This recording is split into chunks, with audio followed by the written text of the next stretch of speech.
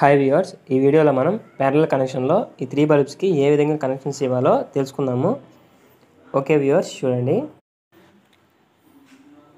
ముందుగా నేను ఫేజ్ని డ్రా చేసుకుంటున్నాను.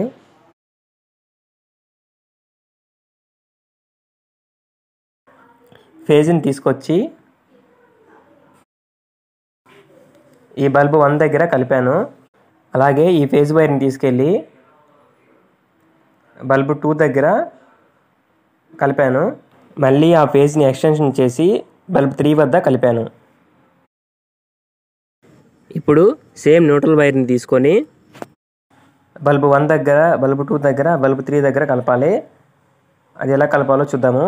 చూడండి, న్యూట్రల్ వైర్ని తీసుకొని బల్బు 1కి కలిపాను.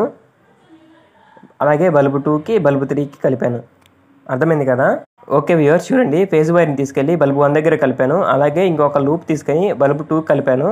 అలాగే ఇంకో లూప్ తీసుకొని బల్బు 3కి కలిపాను. సేమ్ న్యూట్రల్ వైర్ని తీసుకొని ఈ బల్బు 1 దగ్గర కలిపాను. బల్బు 1 దగ్గర నుంచి ఇంకో లూప్ తీసుకుని బల్బు 2కి, ఇంకో లూప్ తీసుకుని బల్బు 3కి కలిపాను. ఓకే వ్యూవర్స్, చూడండి, ఈ ప్యారలల్ కనెక్షన్లో ఈ ఫస్ట్ బల్బ్ అనేది పాడైపోయినా కూడా మిగతా ఈ 2 బల్బులు అనేటివి పనిచేస్తాయి. అలాగే ఈ సెకండ్ బల్బ్ అనేది పాడైనా కూడా ఈ మిగతా 2 బల్బ్స్ పనిచేస్తాయి. అలాగే ఈ 3వ బల్బు పాడైనప్పుడు ఈ మిగతా 2 బల్బులు కూడా పనిచేస్తాయి. వీటికి ఒకదానితో ఒకటి సంబంధం లేదు. ఏ బల్బ్ అయితే పాడవుతుందో ఆ బల్బు మాత్రమే వెలగదు, మిగతావి వెలుగుతాయి.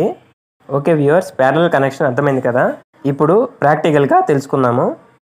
ఓకే వ్యూవర్స్, చూడండి, నేను ముందుగా ఒక ఎంసీబీని తీసుకున్నాను. ఆ ఎంసీబీకి ఫేజ్ వైర్ని అలాగే న్యూట్రల్ వైర్ని తీసుకున్నాను. ముందుగా బల్బు 1కి రెడ్ కలర్ కేబుల్ని మరియు బ్లాక్ కలర్ కేబుల్ని కలిపాను. అలాగే రెండో బల్బుకి రెడ్ కలర్ వైర్ని మరియు బ్లాక్ కలర్ కేబుల్ని కలిపాను. బల్బు 3కి కూడా సేమ్ రెడ్ కలర్ వైర్ని, బ్లాక్ కలర్ వైర్ని కలిపాను.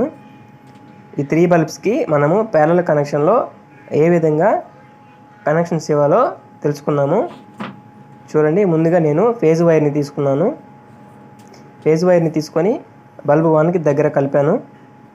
అలాగే బల్బు 2కి కలిపాను. సేమ్ అలానే బల్బు 3కి కూడా కలపాలి. కేబుల్ అనేది షార్ట్గా ఉంది. కేబుల్ యొక్క ఇన్సులేషన్ తీస్తున్నాను. ఓకే, సేమ్ అలాగే బల్బు 3కి కూడా కలిపాను. ఇప్పుడు న్యూట్రల్ వైర్ని ఈ 3 బల్బ్స్ యొక్క బ్లాక్ కలర్ కేబుల్కి కలపాలి. ఈ 3వ బల్బు యొక్క బ్లాక్ కలర్ కేబుల్ని అలాగే 2వ బల్బు యొక్క బ్లాక్ కలర్ కేబుల్ని కలిపాను. ఇప్పుడు వాటికి మొదటి బల్బు యొక్క బ్లాక్ కలర్ కేబుల్ని కూడా కలిపాను. ఇప్పుడు న్యూట్రల్ వైర్ని తీసుకొని ఈ 3 న్యూట్రల్ వైర్స్కి కలిపాను. ఓకే వ్యూవర్స్, ఇంకోసారి ఎక్స్ప్లెయిన్ చేస్తాను, చూడండి. మొదటిగా ఫేజ్ వైర్ని తీసుకొచ్చి ఈ 3 బల్బ్స్ యొక్క రెడ్ కలర్ వైర్స్కి కలిపాను. అలాగే న్యూట్రల్ వైర్ని తీసుకొని ఈ 3 బల్బ్స్ యొక్క బ్లాక్ కలర్ కేబుల్కి కలిపాను. ఓకే, అర్థమైంది కదా? ఇప్పుడు సప్లై ఇచ్చి చూద్దాము. ఎంసీబీని ఆన్ చేశాను. చూడండి, 3 బల్బ్స్ అనేటివి వెలిగాయి.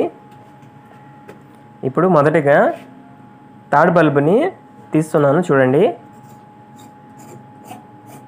థర్డ్ బల్బుని హోల్డర్ నుంచి రిమూవ్ చేసినా కూడా మిగతా 2 బల్బ్స్ అనేటివి వెలుగుతున్నాయి. ఇప్పుడు థర్డ్ బల్బుని తిరిగి అక్కడే పెడుతున్నాను. ఇప్పుడు సెకండ్ బల్బుని హోల్డర్ నుంచి తీస్తున్నాను. చూడండి, సెకండ్ బల్బుని తీసినా కూడా మిగతా 2 బల్బ్స్ వెలిగే ఉన్నాయి. చూడండి, మళ్ళీ సెకండ్ బల్బుని తిరిగి అక్కడే పెడుతున్నాను. చూసారు కదా, వెలిగింది. ఇప్పుడు ఫస్ట్ బల్బుని తీస్తున్నాను.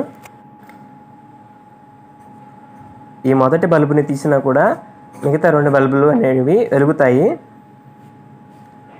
మనకి ప్యారలల్ కనెక్షన్లో ఒకదానితో ఒకటి సంబంధం ఉండదు.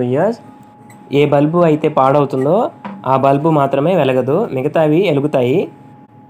ఓకే వ్యూవర్స్, ప్యారలల్ కనెక్షన్ అర్థమైంది కదా? ఇలాంటి మరిన్ని వీడియోస్ కోసం మన ఛానల్ని సబ్స్క్రైబ్ చేసుకోండి. Thank you.